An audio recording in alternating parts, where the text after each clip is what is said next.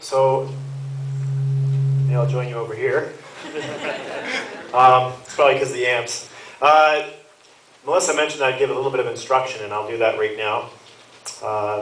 Why celebrate this? Why are we doing this? Why are the tables set up? And why celebrate Lord's Supper? And I want to be as simple as I can, because I think that's what most of us are looking for. The simplest explanation I can give for why we have Lord's Supper is, as physical food is nourishment for our bodies, so the Lord's Supper is nourishment for our souls. It's a way that we stay connected to God. We talk about a rule of life. Part of this church's rule of life, part of the trellis of River City Church, is that we observe Lord's Supper, that we celebrate this meal together. Another important facet of what Lord's Supper is, it's a reminder. As surely as we can see with our own eyes the bread of the Lord broken for us and the cup of the Lord poured out for us, so surely Jesus' body was offered and broken for us, and his blood was poured out for us on the cross.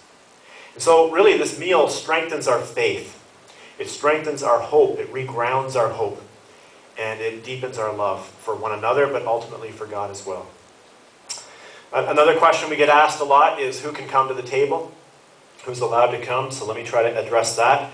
Our answer is anyone who recognizes God's Son, Jesus Christ, as the forgiver of their sins and the leader of their lives, and who understands that what we commemorate and remember and celebrate in this meal, through the bread and through the cup, is his victory over all that would alienate us from God the Father. So sin and death and hell and guilt, all those things are washed away through Jesus' blood. At River City, we let parents decide for their children. We don't make that decision for you. If you feel your kids are ready and if you'd like them to partake, then that's a decision for mom and dad to make. And we welcome you to and invite you to make that. If you're seeking God, I talked in my message about people who are curious. Maybe you're here this morning because you're curious. We are glad you're here, and I would say leave it to your conscience.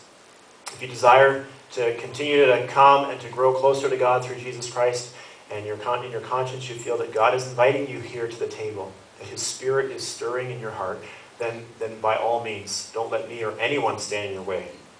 And if you're here but you still have questions, if there's something that is going to keep you from coming forward, then talk to me. I'm going to be gone on Tuesday, so talk to me today.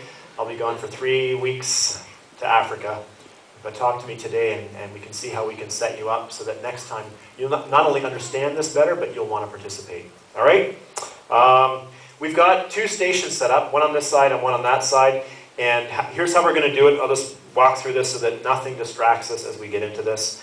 In a few moments, what we'll do is we'll have the aisles come first, so the outside aisles.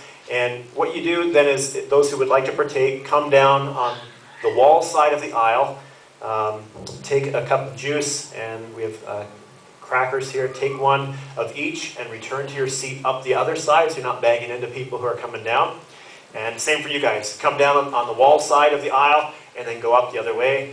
And then when the aisles are done, then what we'll do is we'll kind of divide the center section kind of like this. All right? And this half can do the same thing. Go down on the far side and come up on the near side. And then this half, go down on the far side and come up on the near side. All right? Any questions? Bueller? Yeah. Are we partaking right away, or are we going to wait for everybody?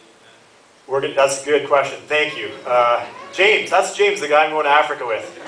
My life is in his hands. Okay.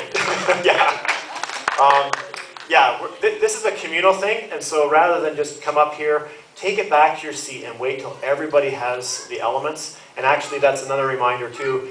Sometimes because of watching an elderly person or a young person, a parent or an adult's not able to come forward, or maybe because of some other reason, I'll ask after everybody's gotten the elements if someone still has to be served, and we'll bring them to you. Okay? So there should be nothing to prevent you from receiving if you want to. Let's see. Okay. So I'm going to invite Cheryl to come forward, and she's going to pray a psalm for us. Psalm 63.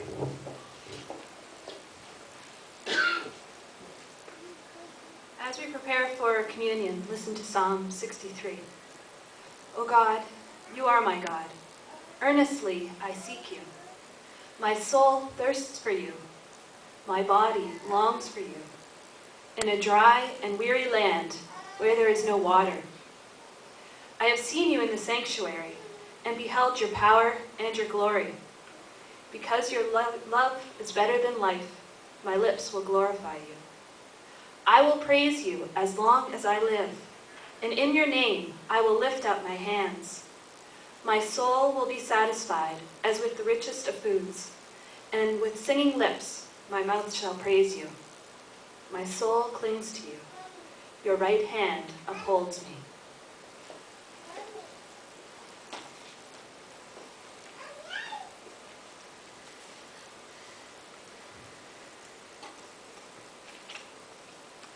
And then in a moment I'll invite you forward and the band will play some music in the background. But the Lord, on the night that he was betrayed, he took bread, and when he had given thanks, he broke it, and he said, "This is my body, which is given for you. Remember me." And then after the meal, he took a cup and he poured it out, and he said, "This is the blood of the new covenant, my blood, which is poured out for many for the forgiveness of sins. Do this in remembrance of me."